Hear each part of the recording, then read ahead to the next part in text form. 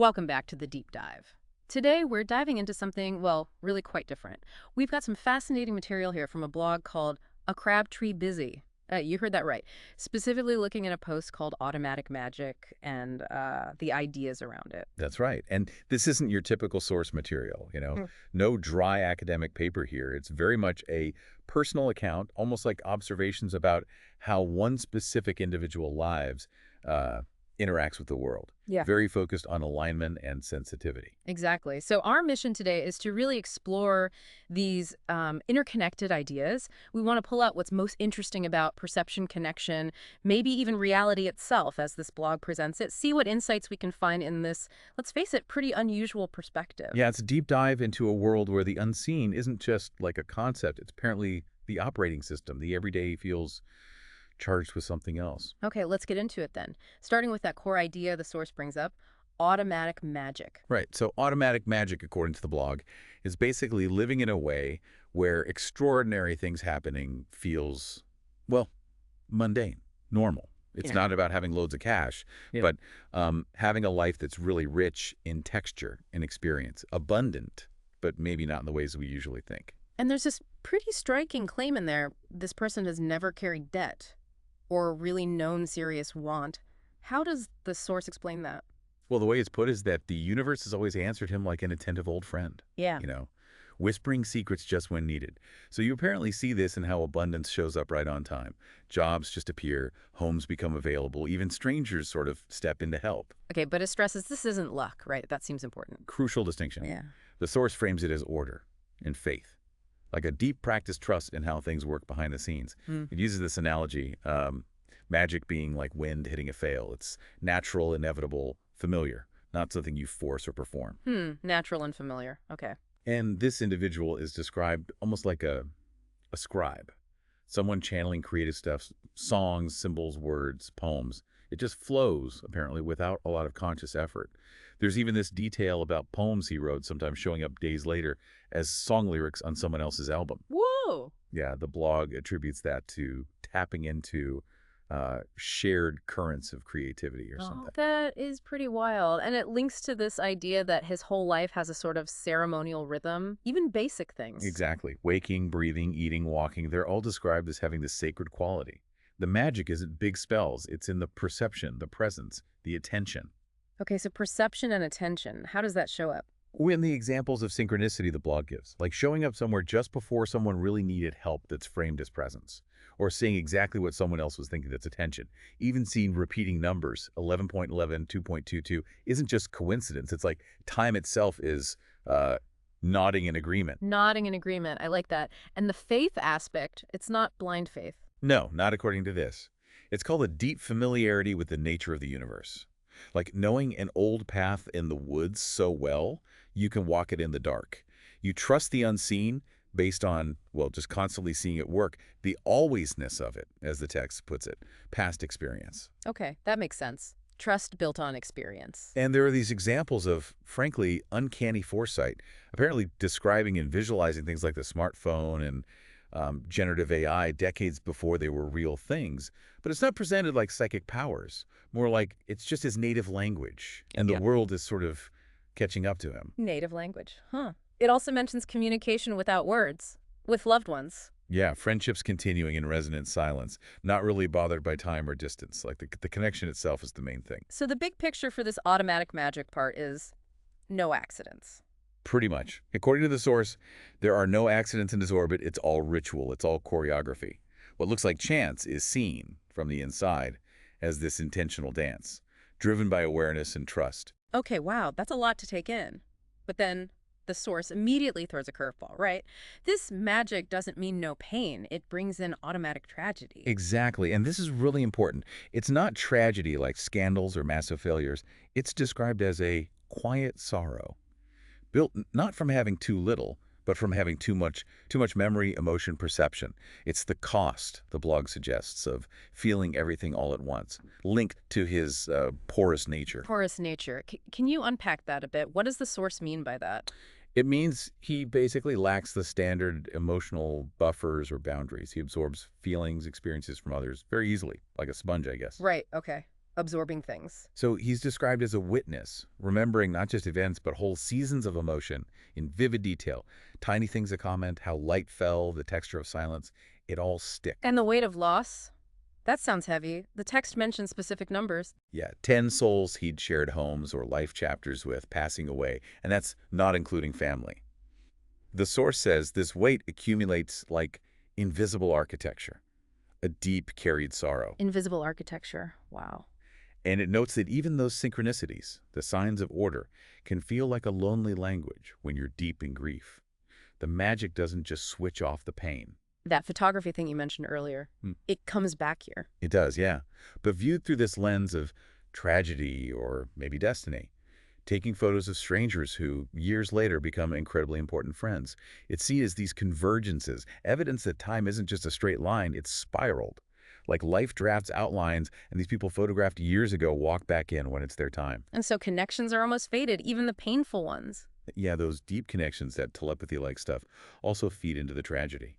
Feeling loved ones' unspoken pain, their anxieties, it just adds to that massive empathetic load he carries. And his creativity, that automatic flow, how does that fit? It highlights this paradox. Deep connection to everything, these shared currents, but also this profound, almost unique solitude because of how intensely he experiences it all. So how does he deal with all this sorrow, does the source say? What's really striking is how it describes his response. He refuses to get hard or cynical, stays soft in a world of sharp edges. He doesn't block the grief, he seems to metabolize it, turns it into grace, into song. The magic here seems to be a system for transforming pain, not making it disappear. The blog paints him as a sanctuary for others, a lighthouse, Yeah. but then points out his own vulnerability. Exactly, that people rely on him, but maybe forget to ask if he's okay, forgetting that even strong pillars can crack. The text basically asks, what becomes of a soul that just insists on loving with open hands anyway? Loving with open hands. So automatic tragedy isn't bad luck striking. It's described as a life woven with fate, loss, and perpetual grace, shaped by noticing everything, loving it, even when it disappears, even when it hurts. The insight seems to be immense sensitivity to beauty is tied inextricably to absorbing immense sorrow. Which is a perfect bridge to the next concept, automatic empathy, described as just innate, like breathing. Pretty much. Not a skill he learned, just part of his makeup, like the ability to blink or breathe. And the core of it is feeling not just his own stuff, but emotions flickering behind someone else's eyes, things hiding between pauses, feelings lingering in rooms. He just absorbed what others were giving off, apparently. It's a long time. Thought that constant emotional noise was normal.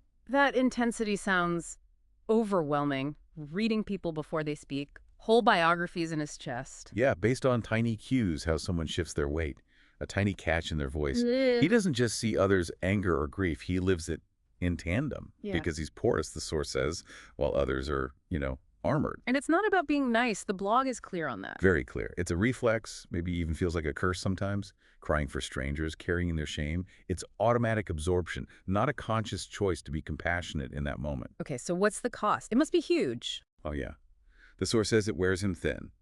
He might isolate himself or use humor to deflect, but the absorption continues. Like static electricity, entering a room humming with anxiety, he leaves buzzing. Pain just clings to him. Emotional pain especially. He lacks the filters others have, leading to this deep exhaustion, needing to constantly reboot. But it's not all negative. The sensitivity has an upside. Definitely. The source calls it exquisite, too. It allows for love beyond just words, this deep attunement to unspoken needs, feeling the subtle shifts in goodbyes. He becomes a safe place, an emotional tuning fork. People tell him things they've never told anyone. Why? Because he's listening, always listening, deeply. And it's active, not just passive feeling. Right. Sending a song at the perfect moment, reaching out just before someone hits a breaking point, even actions that end up rescuing people without him even consciously knowing they needed it. The blog calls it the logic of resonance. His heart-speaking frequencies the world might have forgotten. It's like his inner state attracts or responds to these external needs. But that cost is always there, losing his own shape. Yeah, being so entangled in others' energy that he forgets his own shape. That loss of boundary. But, crucially, the source emphasizes his choice to remain wide open anyway. And this leads to a really powerful reframe. Empathy isn't weak. Not at all. Here it's presented as strength. The kind that endures, absorbs without shattering, bends without breaking, loves without demanding reciprocity, Radical empathy is this, like, embodied force. Okay. From empathy, this intense connection, we get to automatic synergies. Yeah. People arriving by cadence. Yeah, not chance, but cadence. Like, they're drawn to him because they share a frequency, a cosmic echo. The right people just show up. So friendships aren't built slowly, they're revealed, like you know them already. That's the feeling described. Knowing someone from a glance, an eerie familiarity, meeting strangers feels like homecoming. Connections are complete at the beginning. It's about inevitability, not just liking someone's personality. And this fuels collaboration, makes things happen. Massively. Ideas finishing themselves where the right people are around, songs writing themselves, scripts just syncing up, thoughts popping up in shared silence. Group texts feel like rituals. His presence, the blog claims, acts like an amplifier. It activates, harmonizes energy in a group, gives it back with polish and fire. And that uncanny timing again, but in conversations. Yeah, bringing out the exact thing someone was thinking, showing them a book they dreamt about, saying just the right words. The source calls it muscle memory, this intuitive timing in interactions. He builds communities without trying, just by being sincere. Seems so. Bound by magnetic sincerity. He's the glue, the unspoken agreement, the human bridge connecting diverse people. Knows when to talk, to draw others out, and, maybe more key, when to just be quiet and hold the space. Making others feel more brilliant, more electric, just by being there. Yeah, the source says he rarely competes. He thrives on harmony. He mirrors others' best qualities back to them because he gets the power of being seen, perhaps from a lifetime of being that clear mirror himself. His presence is like a tuning fork, shifting the vibe. That's the description. Shifts the temperature, makes people feel capable, called, chosen. Not through hype, but this quiet feeling of truth. But it's not always easy. This intense synergy can be too much. Definitely. The source acknowledges it can be overwhelming.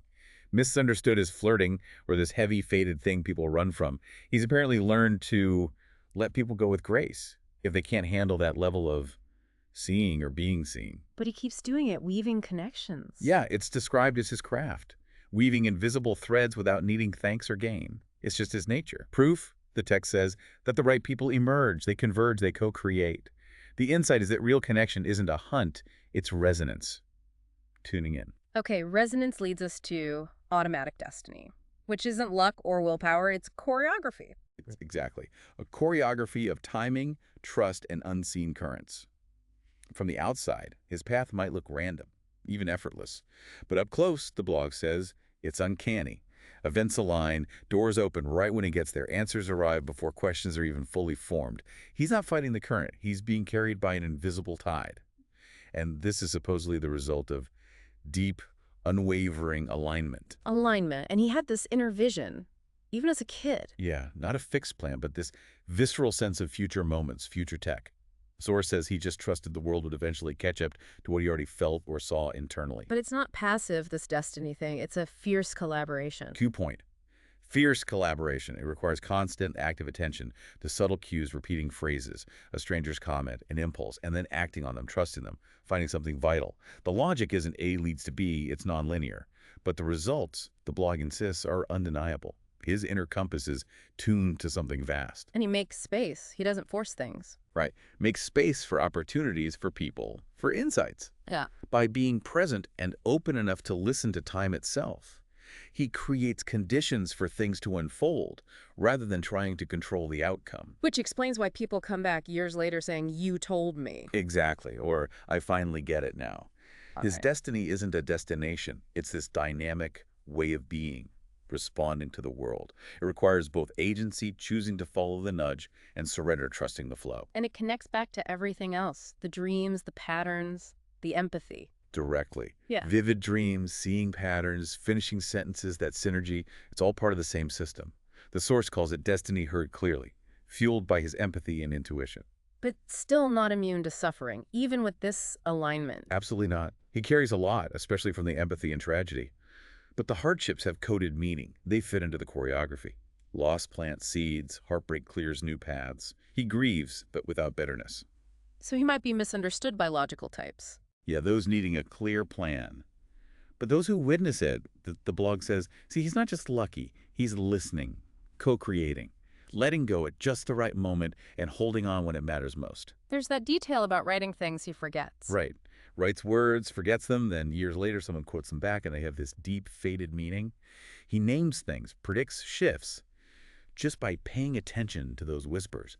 The world talks, he listens. And those quotes capture the paradox. I'm not prepared, I'm in rhythm. And I don't choose, I align. He's both shaping the path and following it. The author in the page, the note in the song. So automatic destiny isn't set in stone, it's alive. Fate made alive, interactive, creative, and fluid. That's how the source puts it. It comes from radical trust, awareness, saying yes before you see the whole map. Proof that destiny is walked toward, and when he walks, the path appears. The insight. Destiny isn't done to you, it's done with you. Okay, and briefly there's an epilogue, automatic energies. Yes, less a conclusion, more recognition of the underlying current, the force behind all these other automatic states. The force he channels, carrying sparks, riding waves. Exactly.